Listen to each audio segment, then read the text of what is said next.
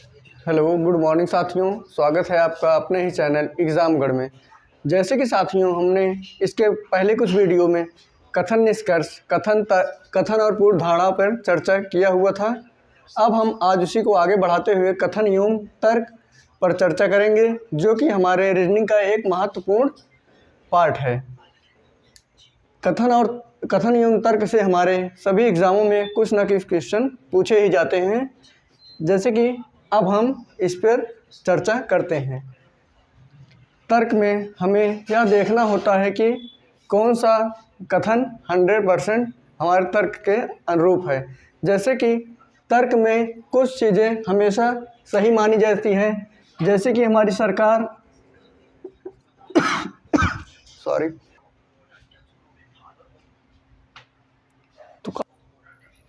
जैसे कि हमारी सरकार हाई कोर्ट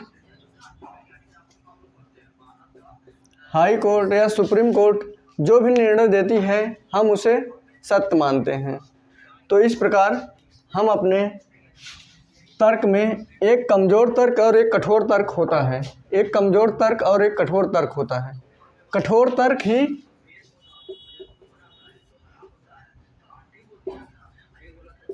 तर्क ही हमारी सरकार, high court, supreme court, government, high court, supreme court, इनके द्वारा बताए गए फैसले को हम 100% सत्य मानते हैं। और एक कमज़ोर तर्क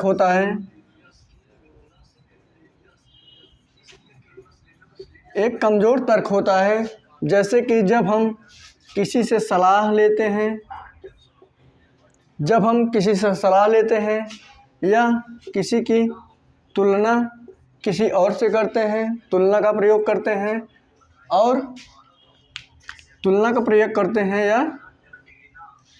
या हम किसी को सलाह देते हैं या हम किसी से सुझाव लेते हैं। इस प्रकार के तर्क को हम कमज़ोर तर्क के रूप में व्यक्त करते हैं। आइए अब हम अपने क्वेश्चन के माध्यम से इस चैप्टर को अच्छे से समझते हैं।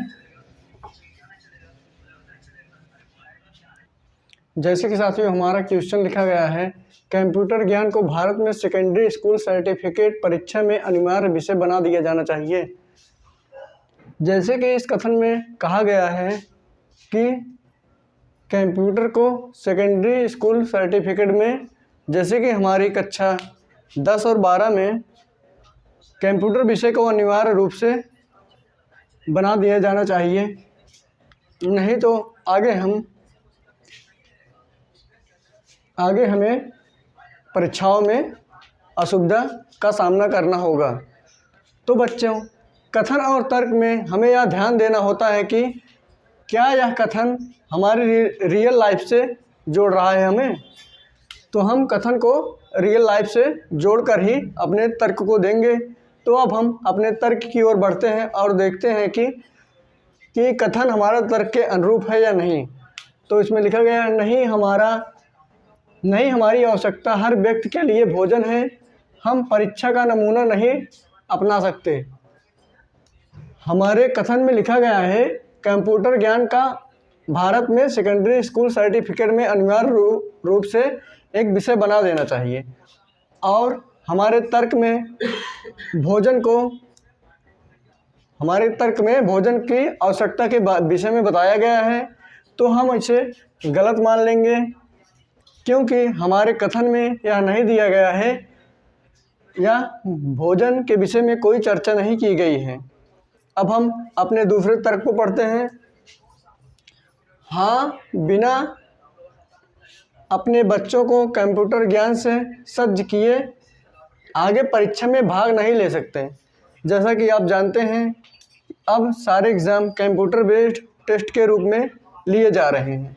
यदि हमें कंप्यूटर विषय में कोई जानकारी नहीं होगी तो हम उस परीक्षा में भाग नहीं ले सकते हैं। यदि हम उस परीक्षा में भाग लेते भी हैं तो हम उस परीक्षा को अच्छे से कंडक्ट नहीं कर सकते और हम उस परीक्षा में असफल होने का चांस ज़्यादा रहेगा। तो हम इसे सत्य मानेंगे, क्योंकि यह तर्क जो है हमारे कथन के अनुरूप मिल रहा है।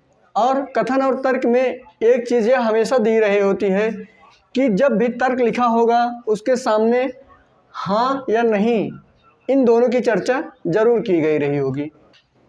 जब भी हमें इस प्रकार का प्रश्न मिलेगा तो कभी कभी ऐसा होता है दोनों जगह पे हमें नहीं शब्द का प्रयोग मिलता है या कभी कभी नहीं या हाँ का प्रयोग मिलता है। तो अब हम अपने उत्तर की जांच करेंगे और इसमें देखेंगे कि कौन सा तर्क हमारे उत्तर के अनुरूप है। तो तर्क एक अनुसरण करता है, यह तो गलत हो जाएगा। और दूसरा विकल्प हमारा है तर्क दो अनुसरण करता है, यह सत्य होगा।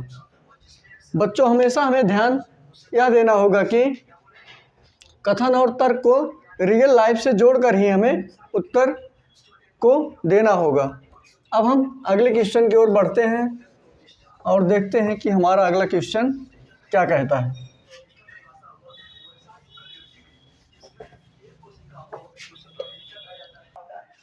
साथियों, अब हम अपने अगले क्वेश्चन की ओर बढ़ेंगे और देखेंगे क्या भारत में मतदाता होने के लिए साक्षरता की न्यूनतम कसौटी होनी चाहिए। इस कथन में यह कहा गया है कि जैसे हमें मतदाता के लिए एक न्यूनतम कक्षा तक की पढ़ाई की कसौटी होनी चाहिए, मतलब किसी लेवल तक वह पढ़ा होना चाहिए। जैसे कि हमारे देश की जनता को मतदाता होने के लिए उसे पढ़ाई का कुछ ना कुछ ज्ञान होना आवश्यक है। अब हम अपने तर्क की ओर बढ़ेंगे और देखेंगे कि क्या कौन सा तर्क हमारे कथन के अनुरूप अनुसरण कर रहा है। तो हम देखेंगे नहीं, किसी व्यक्ति की राजनीतिक परिपक्वता की गारंटी केवल साक्षरता नहीं है। इस तर्क में यह कहा गया है किसी भी व्यक्ति की राजनीतिक परिपक्वता की गारंटी केवल साक्षरता नहीं है। जब हमें इस प्रकार के प्रश्न में केवल या कुछ नहीं या कोई भी शब्द का प्रयोग मिलेगा तो हम उसे अपने रियल लाइफ को से जोड़ते हुए उसका चयन करेंगे। तो हम देखेंगे नहीं, पहले ही नहीं का प्रयोग हुआ है, उसके बाद लिखा गया है किसी व्यक्ति की राजनीतिक परिपक्वता की गारंटी केवल साक्षरता नहीं है।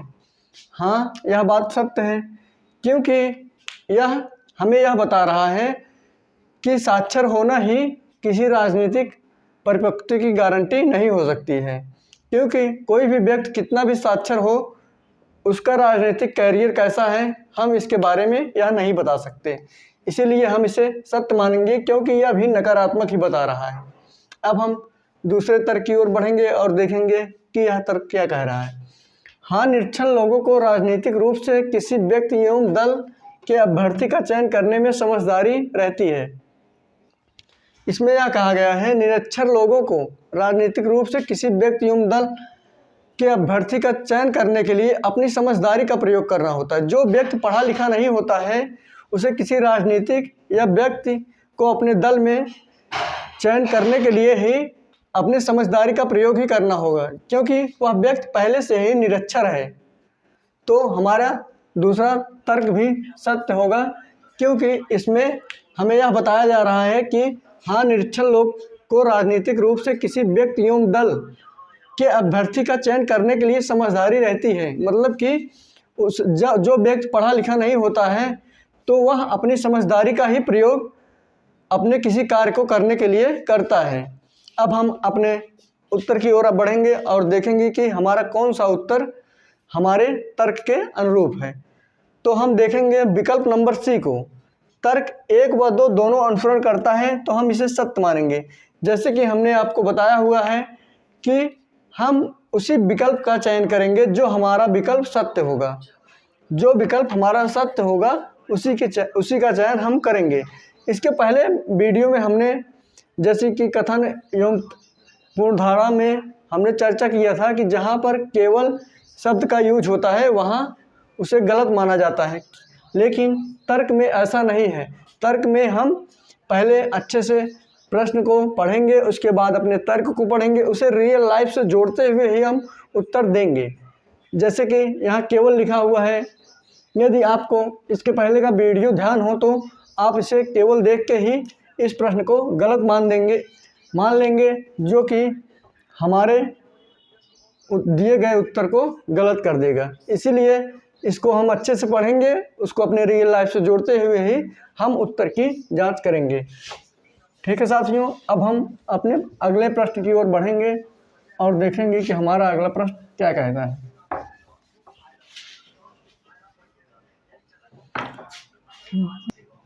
जैसे कि साथियों हमारा अगला क्वेश्चन है, क्या भारत में सभी सार्वजनिक क्षेत्र की बीमार इकाइयों में ऐच्छिक सेवानिवृत्ति की योजना लागू की जानी चाहिए? तो इसमें लिखा गया है, क्या भारत में सभी सार्वजनिक क्षेत्र की बीमार इकाइयों में ऐच्छिक सेवानिवृत्ति की योजना लागू की जानी चाहिए। अब हम अपने तर्क की ओर बढ़ेंगे और देखेंगे कि हमारा तर्क कथन के अनुरूप है या नहीं। अब हम देखेंगे, हाँ, अधिक एवं अक्षम कर्मचारीगण भी सार्वजनिक क्षेत्र में संगठनों में बीमारी का कारण होते हैं। जैसा कि इसमें लिखा गया है, जब किसी सार्वजनिक क्षेत्र में जैसे कोई सरकारी संस्था हो, वहाँ अधिक कर्मचारियों की संख्या अधिक हो या अक्षम हो, अक्षम मतलब कम हो, तो उसके कार्य में बाधाएं आती हैं। इसके कहने का तात्पर्य है, हाँ, अधिक एवं अक्षम कर्मचारीगण भी सार्वजनिक क्षेत्र में संगठनों में बीमारी का तात्पर्य है कि काम को अच्छी तरीके से ना कर पाना। तो हम देखेंगे, फिर से कथन को एक बार पढ़ेंगे कि क्या ऐसा तर्क जो कह रहा है वह कथन में कहा गया है। क्या भारत में सभी सार्वजनिक क्षेत्र की बीमार इकाइयों में ऐच्छिक सेवानिवृत्ति की योजना लागू की जानी चाहिए? हाँ, ऐसा सही है, क्योंकि जो व्यक्ति किसी कार्य को न कर पा रहा हो या उसकी उम्र हो गई हो, तो अपने इच्छा के अनुसार अपनी सेवानिवृत्ति सेवा को त्याग सकता है और अपना त्यागपत्र दे सकता है। तो यह निष्कर्ष में लिखा गया, हाँ, अधिक एवं अक्षम कर्मचारीगण भी सार्वजनिक क्षेत्र में संगठनों में बीमारी का कारण होते हैं। यह सत्य है, क्योंकि अधिक कर्मचारी होंगे तब भी कार्य अच्छे से नहीं किया जा सकता है। और यदि किसी सरकारी संस्था में 10 लोगों को काम है और वहाँ पे 2-4 लोग हैं, तो हमारे कार्य को आसानी से नहीं किया जा सकता है।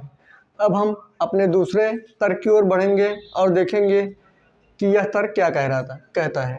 हाँ, विकसित देशों में निजी एवं बहुराष्ट्रीय कंपनियां यही तो करती हैं। यह तर्क तो सही है, लेकिन हमारे कथन के अनुरूप नहीं है। यह तर्क सही है, लेकिन हमारे कथन के अनुरूप नहीं है, क्योंकि हमारा देश एक विकसित देश नहीं है, हमारा देश एक विकासशील देश है। इसलिए हम इस तर्क को गलत मानेंगे और हम अपने उत्तर की ओर बढ़ जाएंगे और देखेंगे कि हमारा विकल्प एक सत्य होगा, क्योंकि इसमें लिखा गया है तर्क एक अनुसरण कर रहा है।